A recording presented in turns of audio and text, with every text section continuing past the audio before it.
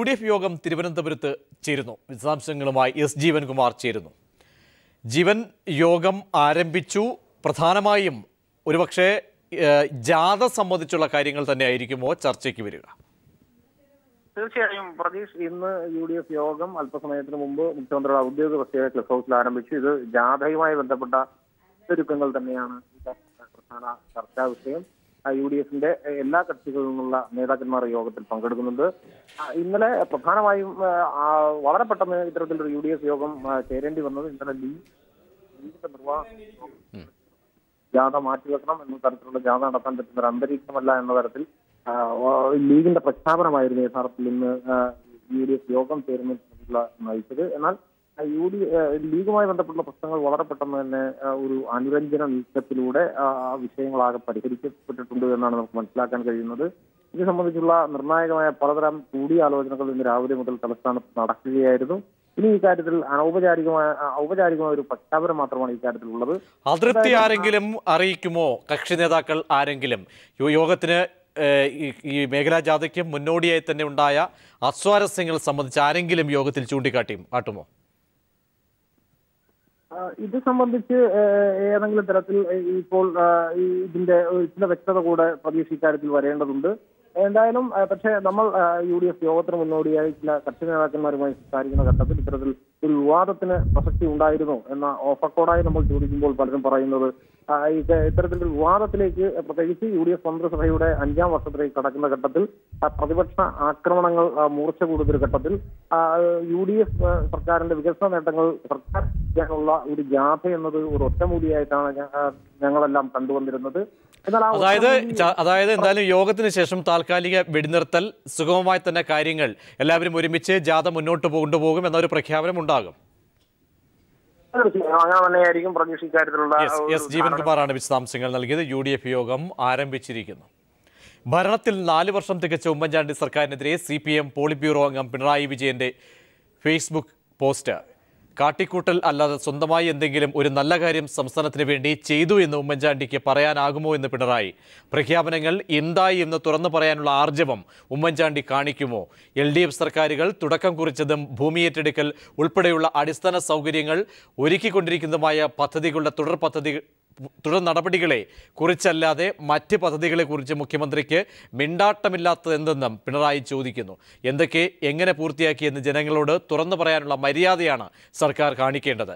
അതിന് കഴിയുന്നില്ല എങ്കിൽ ജനങ്ങളോട് ഖേദപ്രകടനം നടത്താനുള്ള മര്യാദയെങ്കിലും കാണിക്കണമെന്നും പിണറായി പറയുന്നു. UDFന്റെ മേഖലാ ജാഥകൾ മാറ്റില്ലെന്ന് KPCC അധ്യക്ഷൻ VM സുധീരൻ പറഞ്ഞു. മേഖലാ ജാഥയ്ക്കുള്ള എല്ലാ ഒരുക്കങ്ങളും പൂർത്തീകരിച്ചതായും കോൺഗ്രസിലെ തർക്കങ്ങളെല്ലാം ശാന്തമായി പരിഹരിച്ചതാണെന്നും ഘടകകക്ഷികൾക്ക് അഭിപ്രായം പറയാൻ സ്വാതന്ത്ര്യമുണ്ടെന്നും VM സുധീരൻ പറഞ്ഞു. സർക്കാർ അഴിമതിയുടെ കരിനിഴലിൽ അല്ലെന്ന് മുഖ്യമന്ത്രി ഉമ്മൻചാണ്ടിയും പ്രതികരിച്ചു. കേരളത്തിലെ കോൺഗ്രസ് ഈ കഴിഞ്ഞ ദിവസങ്ങളിൽ ചില കാര്യങ്ങളൊക്കെ ഉയർന്നു വന്നിരുന്നു. പക്ഷെ അതൊക്കെ പരിഹരിക്കാവുന്ന കാര്യങ്ങളേ ഉള്ളൂ. പരിഹരിക്കാൻ സാധിക്കാത്ത ഒരു പ്രശ്നവും കേരളത്തിലെ കോൺഗ്രസിലില്ല. ഗവൺമെന്റ് അഴിമതിയുടെ കരിനിഴലിൽ അല്ല.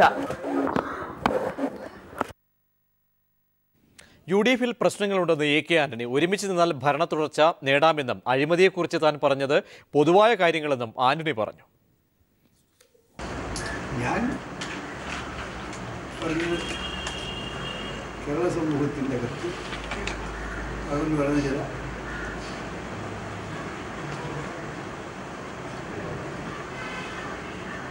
അനപരിഷ്ഠിതമായ പ്രവണതകളെക്കുറിച്ചാണ്. അപ്പോൾ എല്ലാ മേഖലയിലും എല്ലാവരും അഴിമതിക്കെതിരായിട്ട് പറയുന്നെങ്കിലും അഴിമതി കുറയില്ല, അതുപോലെ കൂടുന്നു. ഇത് കേരള സമൂഹത്തിനൊരു പൊതുവായ കാര്യം പറഞ്ഞാൽ ആരെങ്കിലും ഉന്നം വെച്ചുകൊണ്ടോ ആരെങ്കിലും കോർ ചെയ്യാൻ വേണ്ടി പറഞ്ഞു,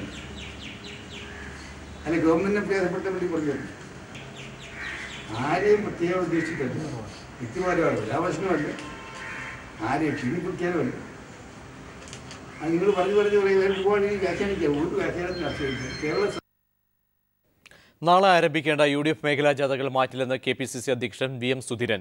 ജാഥയ്ക്കുള്ള എല്ലാ ഒരുക്കങ്ങളും പൂർത്തിയായതായും കോൺഗ്രസിലെ തർക്കങ്ങൾ തീർന്നുവെന്നും സുധീരൻ തിരുവനന്തപുരത്ത് പറഞ്ഞു. അതേസമയം ലീഗിന് മാത്രമായി കോൺഗ്രസിൽ പ്രശ്നങ്ങളില്ലെന്ന് PK കുഞ്ഞാലിക്കുട്ടി പറഞ്ഞു. മേഖലാ യോഗം മാറ്റണമെന്ന് ലീഗ് ആവശ്യപ്പെട്ടിട്ടില്ലെന്നും സർക്കാരിന്റെ ഭരണ നേട്ടങ്ങൾ ജനങ്ങളെ അറിയിക്കാൻ കഴിയണമെന്നും കുഞ്ഞാലിക്കുട്ടി പ്രതികരിച്ചു. അത് മേഖലാ ജാഥ നേരത്തെ നിശ്ചയിച്ചതാണ്. ഇന്ന് UDF നേതാക്കന്മാരെല്ലാവരും കൂടി ആലോചിച്ച് ആ കാര്യം സംബന്ധിച്ച് ഒരു ആവശ്യമെങ്കിൽ ചർച്ച നടത്തും. പക്ഷേ പൊതുവെ ഉള്ള ഒരു കാര്യം ഞാൻ മനസ്സിലാക്കിയെടുത്തോളം അതെല്ലാം അതിൻ്റേതായ തയ്യാറെടുപ്പുകളുമായി എല്ലാ തലങ്ങളിലും പ്രവർത്തകർ മുന്നോട്ട് പോകുന്നു. ഇനി എന്തു വേണം എന്നുള്ളതുമായി അന്തിമ തീരുമാനം ഇത് സംബന്ധിച്ച് ഇന്നത്തെ UDF നേതൃയോഗം എടുക്കും. ലീഗിന് എന്ത് പ്രശ്നം? ലീഗിന് യാതൊരു പ്രശ്നവും ഞങ്ങൾ ജാഥ മാറ്റിവെക്കാൻ പറഞ്ഞിട്ടുമില്ല, ഒന്നുമില്ല. നമ്മൾ എന്ത് ചെയ്യണം എന്ന് ആലോചിക്കണം എന്നേ പറഞ്ഞുള്ളൂ. 6 മണിക്ക് ആലോചിക്കും. അങ്ങനെ ലീഗിനെ മാത്രം മാറ്റി നിർത്തി ചർച്ച ചെയ്യേണ്ട ഒരു വിഷയമില്ല. UDFൻ്റെ പൊതുവായ പ്രശ്നങ്ങളേ ഉള്ളൂ. അതുകൊണ്ട് നമുക്ക് നന്നായി ക്യാമ്പയിൻ ചെയ്യണം, അതിനുള്ളൊരു സാഹചര്യം ഒരുക്കണം എന്നേ ലീഗ് പറഞ്ഞിട്ടുള്ളൂ. അല്പസമയത്തിനകം അബ്ദുൽ നാസർ മദനി അൻവാർശേരിയിൽ എത്തിച്ചേരും. വിശദാംശങ്ങളുമായി അൻവാർശേരിയിൽ നിന്നും രാജ്കുമാർ ചേരുന്നു. തത്സമയം രാജ്കുമാർ, എപ്പോഴായിരിക്കും എത്തിച്ചേരുക? ഒരുപാട് പ്രവർത്തകർ, ഒട്ടേറെ പേർ, മദനിയെ സ്നേഹിക്കുന്ന പ്രവർത്തകർ, ബന്ധുക്കളടക്കം അൻവാർശേരിയിൽ കാത്തു നിൽക്കുകയാണോ? ഏകദേശം 2 മണിക്കൂറിന് ശേഷം അദ്ദേഹം അൻവാർശേരിയിലേക്ക് പോകും. അവിടെയാണ് അദ്ദേഹത്തിന് താമസത്തിനുള്ള സൗകര്യം. തീർച്ചയായിട്ടും പ്രജീഷ്, ആകാംക്ഷഭരിതമായ ഒരു രംഗം കൂടിയാണ്. നീണ്ട വർഷങ്ങൾക്ക് ശേഷമുള്ള ഒരു കാത്തിരിപ്പിലാണ് അൻവാർശേരിയിലെ യത്തീംഖാനയിലെ അനാഥ കുട്ടികൾ, ഒപ്പം തന്നെ പ്രദേശവാസികൾ, അതുപോലെ അദ്ദേഹത്തിൻ്റെ ബന്ധുക്കൾ, PDP പ്രവർത്തകർ, അതിലും ഉപരിയായി അദ്ദേഹത്തിൻ്റെ രക്ഷിതാക്കൾ, ഇവരെല്ലാം ആകാംക്ഷയോടെ കാത്തിരിക്കുകയാണ് മദനിയുടെ വരവിന് വേണ്ടി. വരുന്ന സ്ഥലങ്ങളിലെല്ലാം വാഹനം നിർത്തി വളരെ പതുക്കെയാണ് വരുന്നത്. റോഡിൻ്റെ വശങ്ങളിലെല്ലാം പല സ്ഥലങ്ങളിലും മദനിയെ സ്നേഹിക്കുന്നവർ അദ്ദേഹത്തെ കാണാനായി കാത്തിരിക്കുന്നുണ്ട്. അവർക്ക് അഭിവാദ്യം അർപ്പിച്ചുകൊണ്ട് കൈകൾ കാണിച്ചുകൊണ്ടാണ് മദനി വളരെ പതുക്കെയാണ് അദ്ദേഹത്തിൻ്റെ വാഹനവ്യൂഹം കടന്നു വരുന്നത്. ഇദ്ദേഹത്തെ 100 കണക്കിന് PDP പ്രവർത്തകർ അദ്ദേഹത്തെ അനുഗമിക്കുന്നുണ്ട്. 2013 മാർച്ച് 10-നാണ് അദ്ദേഹത്തിൻ്റെ മകൾ ഷമീറുടെ വിവാഹത്തിന് വേണ്ടി കൊട്ടിയത്ത് അദ്ദേഹം ഏറ്റവും ഒടുവിൽ വന്നത്. അതിനുശേഷം ജാമ്യം ലഭിച്ചിട്ടുണ്ടെങ്കിലും നമുക്കറിയാവുന്നതുപോലെ ബംഗളൂരിൽ തന്നെയായിരുന്നു താമസം. ഇപ്പോൾ അമ്മയുടെ ചികിത്സ, അമ്മയെ കാണാൻ വേണ്ടിയുള്ള ഒരു അവസരം എന്ന നിലയിലാണ് സുപ്രീം കോടതി പ്രത്യേക അനുമതി നൽകിയിട്ടുള്ളത്. അദ്ദേഹം നേരെ ഇവിടേക്ക് തന്നെയാണ്, അമ്മയെ, അസുമ ബീവിയെ കാണാൻ തന്നെയാണ് വരിക. ഇവിടെ മണിക്കൂറുകൾ ചെലവഴിച്ച ശേഷം അദ്ദേഹത്തിന് യത്തീംഖാന ഉള്ള അൻവാർശേരിയിലേക്ക് പോകും. തുടർന്നുള്ള ദിവസങ്ങളിൽ അവിടെയായിരിക്കുമെന്നാണ് ലഭിക്കുന്ന സൂചന. PC ജോർജ് ഉൾപ്പെടെയുള്ള നേതാക്കൾ അദ്ദേഹത്തെ സന്ദർശിക്കാൻ സാധ്യതയുണ്ട്. അതേസമയം PDPയുടെ ഏതെങ്കിലും രാഷ്ട്രീയ വിശദീകരണ യോഗമോ അല്ലെങ്കിൽ സ്വീകരണ പരിപാടികളൊന്നും ഇതുവരെ അങ്ങനെ പ്ലാൻ ചെയ്യുകയോ മാധ്യമങ്ങളെ അറിയിക്കുകയോ ചെയ്തിട്ടില്ല.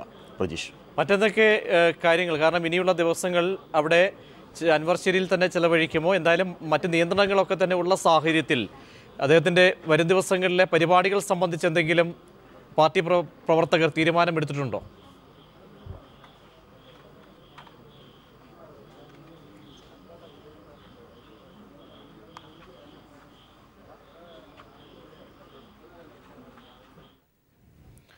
അല്പസമയത്തിനകം തന്നെ അബ്ദുൽ നാസർ മദനി അൻവാർശേരിയിൽ, കൊല്ലത്ത് അദ്ദേഹത്തിൻ്റെ ജന്മനാട്ടിലേക്ക് എത്തിച്ചേരും. ഏറെ പാർട്ടി പ്രവർത്തകരും ഒപ്പം തന്നെ ബന്ധുക്കളും അദ്ദേഹത്തെ കാണാനായി അവിടെ കാത്തു നിൽക്കുന്നു എന്ന വിവരങ്ങളാണ് അൻവാർശേരിയിൽ നിന്നും നൽകിയത്. CPM കേന്ദ്ര സംസ്ഥാന നേതൃത്വങ്ങൾക്കെതിരെ VS ഉന്നയിച്ച ആരോപണങ്ങൾ പാർട്ടി താൽപ്പര്യങ്ങൾക്ക് വിരുദ്ധമെന്ന് CPM പോളിറ്റ് ബ്യൂറോ. VS ഉന്നയിച്ച ആരോപണങ്ങൾ PB തള്ളി. ചാനലുകളിലൂടെ ഉന്നയിച്ച ആരോപണം അടിസ്ഥാനരഹിതമെന്നും PBയുടെ പത്രക്കുറിപ്പ്. കഴിഞ്ഞ ദിവസം ടെലിവിഷൻ ചാനലുകൾക്ക് നൽകിയ അഭിമുഖത്തിലാണ് VS അച്യുതാനന്ദൻ പാർട്ടിയുടെ കേന്ദ്ര സംസ്ഥാന നേതൃത്വങ്ങൾക്കെതിരെ ആരോപണം ഉന്നയിച്ചത്. 2004-ന് ശേഷമുള്ള നേതൃത്വത്തിന്റെ നിലപാടുകൾ പാർട്ടിയെ ശിഥിലമാക്കിയെന്നായിരുന്നു VSന്റെ വിമർശനം. VSന്റെ പരാമർശങ്ങൾ പരിശോധിച്ച പോളിറ്റ് ബ്യൂറോ ആരോപണങ്ങളെ പൂർണ്ണമായും തള്ളിക്കളഞ്ഞു. പോളിറ്റ് ബ്യൂറോ പുറത്തിറക്കിയ പ്രസ്താവന ഇങ്ങനെ: പാർട്ടിയുടെ കേന്ദ്ര സംസ്ഥാന നേതൃത്വങ്ങൾക്കെതിരെ VS അച്യുതാനന്ദൻ ചാനൽ അഭിമുഖത്തിൽ നടത്തിയ വിമർശനങ്ങൾ തെറ്റും അടിസ്ഥാനരഹിതവുമാണ്. ഈ ആരോപണങ്ങൾ പോളിറ്റ് ബ്യൂറോ തള്ളിക്കളയുന്നു. VS നടത്തുന്ന ഇത്തരം പരസ്യ പ്രസ്താവനകൾ പാർട്ടിയുടെ താൽപ്പര്യങ്ങൾക്ക് വിരുദ്ധമാണെന്നും PB പ്രസ്താവനയിൽ ചൂണ്ടിക്കാട്ടി. News bureau, Delhi. Light metro പദ്ധതിയുടെ നിർമ്മാണ ചുമതല ശ്രീധരന് തന്നെ. പദ്ധതിയിൽ പൊതു സ്വകാര്യ പങ്കാളിത്തം വേണമെന്ന ധനവകുപ്പിന്റെ നിലപാട് തള്ളി. ലൈറ്റ് മെട്രോയുടെ നിർമ്മാണ ചുമതല DMRCക്ക് തന്നെ നൽകാനും തിരുവനന്തപുരത്ത് ചേർന്ന ഉന്നതതല യോഗത്തിൽ തീരുമാനമായി. ഒടുവിൽ ശ്രീധരന് മുന്നിൽ സർക്കാർ മുട്ടുമടക്കി. തിരുവനന്തപുരം കോഴിക്കോട് ലൈറ്റ് മെട്രോ പദ്ധതിയിൽ സ്വകാര്യ പങ്കാളിത്തം വേണമെന്ന ധനവകുപ്പിന്റെയും ആസൂത്രണ വകുപ്പിന്റെയും നിർദ്ദേശങ്ങൾ തള്ളിക്കൊണ്ടാണ് ശ്രീധരന്റെ നിലപാടിന് അംഗീകാരമായത്. തിരുവനന്തപുരത്ത് മുഖ്യമന്ത്രിയുടെ അധ്യക്ഷതയിൽ ചേർന്ന ഉന്നതതല യോഗമാണ് ലൈറ്റ് മെട്രോ പൊതുമേഖലയിൽ നടപ്പിലാക്കാൻ തീരുമാനിച്ചത്. 20% കേന്ദ്ര ഗവൺമെന്റ് പങ്കാളിത്തവും 80% ജൈക്ക സ്റ്റെപ്പ് ലോൺ സ്വരൂപിച്ചും പദ്ധതി യാഥാർത്ഥ്യമാക്കാമെന്ന ഇ ശ്രീധരന്റെ നിർദ്ദേശം പരിഗണിച്ചാണ് സ്വകാര്യ പങ്കാളിത്തമില്ലാതെ തന്നെ മെട്രോ പദ്ധതി നടപ്പിലാക്കാൻ തീരുമാനിച്ചതെന്ന് മുഖ്യമന്ത്രി പറഞ്ഞു. പബ്ലിക് പ്രൈവറ്റ് പാർട്ടിസിപ്പേഷനിലേക്ക് പോകാതെ ഗവൺമെൻറ് തലത്തിൽ തന്നെ മുമ്പോട്ട് പോകാൻ ബുദ്ധിമുട്ടുണ്ടാവില്ല എന്ന ഒരു ഇതാണ് ഇന്നത്തെ ചർച്ചയിൽ ഉരുത്തിരിഞ്ഞു വന്നത്. പബ്ലിക് പ്രൈവറ്റ് പാർട്ടിസിപ്പേഷൻ മാതൃകയിൽ ലൈറ്റ് മെട്രോ നടപ്പിലാക്കാനായിരുന്നു സർക്കാരിൻ്റെ മുൻ തീരുമാനം. എന്നാൽ ഇ ശ്രീധരനെ പോലൊരാളുടെ അഭിപ്രായം മറികടന്ന് മുന്നോട്ട് പോയാൽ ഉണ്ടായേക്കാവുന്ന ഭവിഷ്യത്തുകൾ കൂടി മുന്നിൽ കണ്ടാണ് സർക്കാരിൻ്റെ ഈ നിലപാട് മാറ്റം. പൊതുമേഖലയിൽ നടപ്പിലാക്കുന്നതോടെ സംസ്ഥാന സർക്കാരിന് 1619 കോടി രൂപ ബാധ്യത മാത്രമേ ഉണ്ടാകൂ എന്ന് മുഖ്യമന്ത്രി പറഞ്ഞു. ഉന്നതതല യോഗം കൈക്കൊണ്ട തീരുമാനങ്ങൾ മന്ത്രിസഭയുടെ പരിഗണനയ്ക്ക് വിട്ടതിന് ശേഷമായിരിക്കും അന്തിമ തീരുമാനം. VJ Bineesh Kumar, news bureau, Thiruvananthapuram. Alappuzha കടലോര മേഖലയിലുണ്ടായ മഴക്കെടുതികൾക്ക് പരിഹാരം കാണണമെന്നാവശ്യപ്പെട്ട് ജി സുധാകരൻ MLA കളക്ടറുടെ ചേംബറിൽ ഉച്ചയ്ക്ക് 2 മണിക്ക് തുടങ്ങിയ സമരം ഇപ്പോഴും തുടരുകയാണ്. വിശദാംശങ്ങളുമായി ഷാജഹാൻ ചേരുന്നു. ഷാജി, 2 മണിക്ക് തുടങ്ങിയ സമരം 4 മണിക്കൂറോളം പിന്നിടുന്ന സാഹചര്യത്തിൽ ഒരു ചർച്ചയ്ക്കും ഇതുവരെയും തയ്യാറായിട്ടില്ലേ? പ്രതീക്ഷ, ഇപ്പോഴും സമരം തുടരുകയാണ്. ഏതാനും നിമിഷങ്ങൾക്കുള്ളിൽ ഇറിഗേഷൻ എക്സിക്യൂട്ടീവ് എഞ്ചിനീയർ ആലപ്പുഴ കളക്ടറേറ്റിൽ എത്തിച്ചേരും. ഇതിനുശേഷം ചർച്ച നടത്താമെന്നാണ് പറഞ്ഞേക്കുന്നത്. എന്തായാലും കഴിഞ്ഞ 5 മണിക്കൂർ പിന്നിട്ടിരിക്കുകയാണ്. ജി സുധാകരൻ അടക്കമുള്ള ജില്ലയിലെ പ്രമുഖരായിട്ടുള്ള ജനപ്രതിനിധികൾ കളക്ടറുടെ ചേംബറിനുള്ളിൽ സമരം തുടങ്ങിയിട്ട്. കളക്ടറുടെ ഭാഗത്തുനിന്നോ അല്ലെങ്കിൽ സംസ്ഥാന സർക്കാരിന്റെ ഭാഗത്തുനിന്നോ ഇതുവരെയായിട്ടും യാതൊരുവിധ നടപടിയും ഉണ്ടായിട്ടില്ല. എന്തായാലും വളരെ സമാധാനപരമായിട്ടുള്ള ഒരു സമരമാണ് നടക്കുന്നത്. കാരണം തീരദേശ മേഖല വളരെയധികം ഒരു പ്രതികൂല കാലാവസ്ഥയാണ് നിലകൊള്ളുന്നത്. 100 കണക്കിന് വീടുകളാണ് ഇപ്പോൾ നഷ്ടപ്പെട്ടിരിക്കുന്നത്. ഇതോടൊപ്പം തന്നെ തീരദേശ മേഖലയിലെ ജനങ്ങൾ നൽകിയത്. ഗുരുവായൂർ ക്ഷേത്രത്തിൽ ഭക്തരെ മർദ്ദിച്ച സംഭവത്തിൽ ക്ഷേത്ര ജീവനക്കാർ കുറ്റക്കാരെന്ന് അന്വേഷണ റിപ്പോർട്ട്. സംഭവം അന്വേഷിച്ച IG ശ്രീജിത്ത് മനുഷ്യാവകാശ കമ്മീഷന് റിപ്പോർട്ട് സമർപ്പിച്ചു. ഗുരുവായൂർ ക്ഷേത്രത്തിൽ ജീവനക്കാർ ഭക്തരെ മർദ്ദിക്കുന്ന ദൃശ്യങ്ങൾ പീപ്പിൾ TVയാണ് ആദ്യം പുറത്തുവിട്ടത്. ഗുരുവായൂർ ക്ഷേത്രത്തിൽ ദർശനത്തിനിടെ അമ്മയ്ക്കും മകനും മർദ്ദനമേറ്റ സംഭവത്തിലാണ് മനുഷ്യാവകാശ കമ്മീഷൻ IG ശ്രീജിത്ത് റിപ്പോർട്ട് സമർപ്പിച്ചത്. മർദ്ദനം നടന്നുവെന്നും ക്ഷേത്ര ജീവനക്കാർ കുറ്റക്കാരാണെന്നുമാണ് കണ്ടെത്തൽ.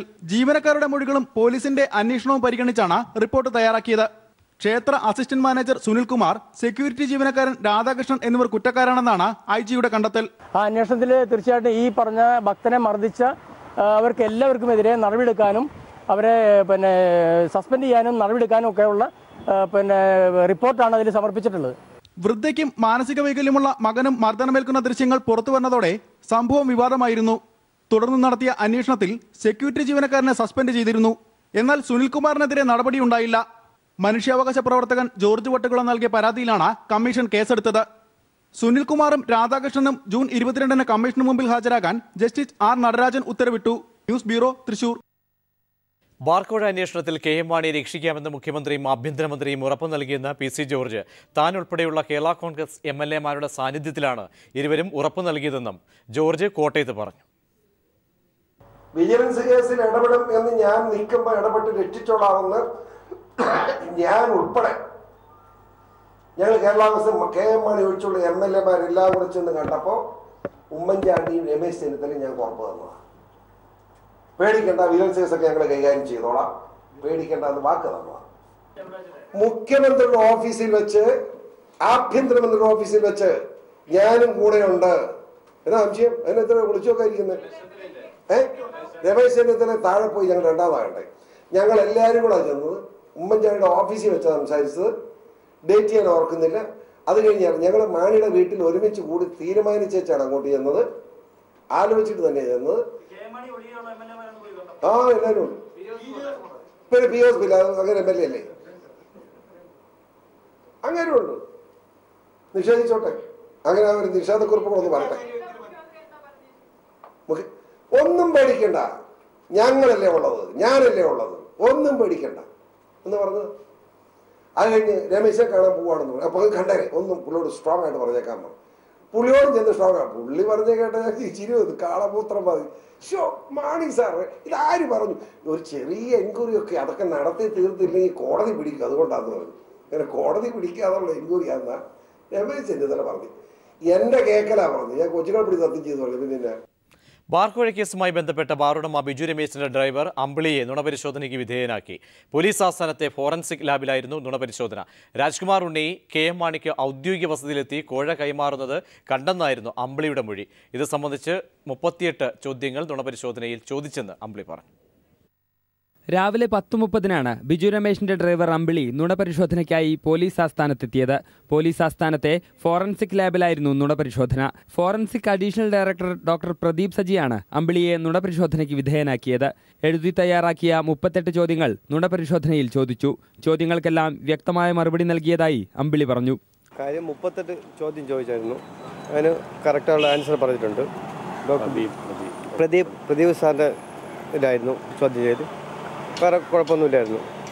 ബന്ധമില്ല ചോദ്യമായിരുന്നു. വേറെ ഹരാസ്മെൻ്റ് ഒന്നും ഇല്ലായിരുന്നു. പറഞ്ഞ് ചോദ്യം ചോദിക്കുന്നു, യെസ് ആർ നോ, അതാണ് ആൻസർ. ആവശ്യമാണോ ഇല്ലയോ, അതാണ് പറഞ്ഞത്. പൂട്ടിയ ബാറുകൾ തുറക്കുന്നതിനായി കോഴ നൽകാൻ ബാറുടമകൾ KM മാണിയുടെ വസതിയിലെത്തിയത് അമ്പിളി ഓടിച്ച വാഹനത്തിലായിരുന്നുവെന്നാണ് വാദം. ഇത് സംബന്ധിച്ച് മാത്രമായിരുന്നു ചോദ്യങ്ങളെന്നും അമ്പിളി പറഞ്ഞു. ഒരു ചോദിച്ചിട്ടില്ല. സാറിൻ്റെ വീട്ടിൽ പോയാൽ ഡീറ്റെയിൽസ് മാത്രമേ ഉള്ളൂ. അതെ. ബിജു രമേശിന്റെ അഭിഭാഷകൻ രാകേഷും അമ്പിളിക്കൊപ്പമുണ്ടായിരുന്നു. News bureau, Thiruvananthapuram.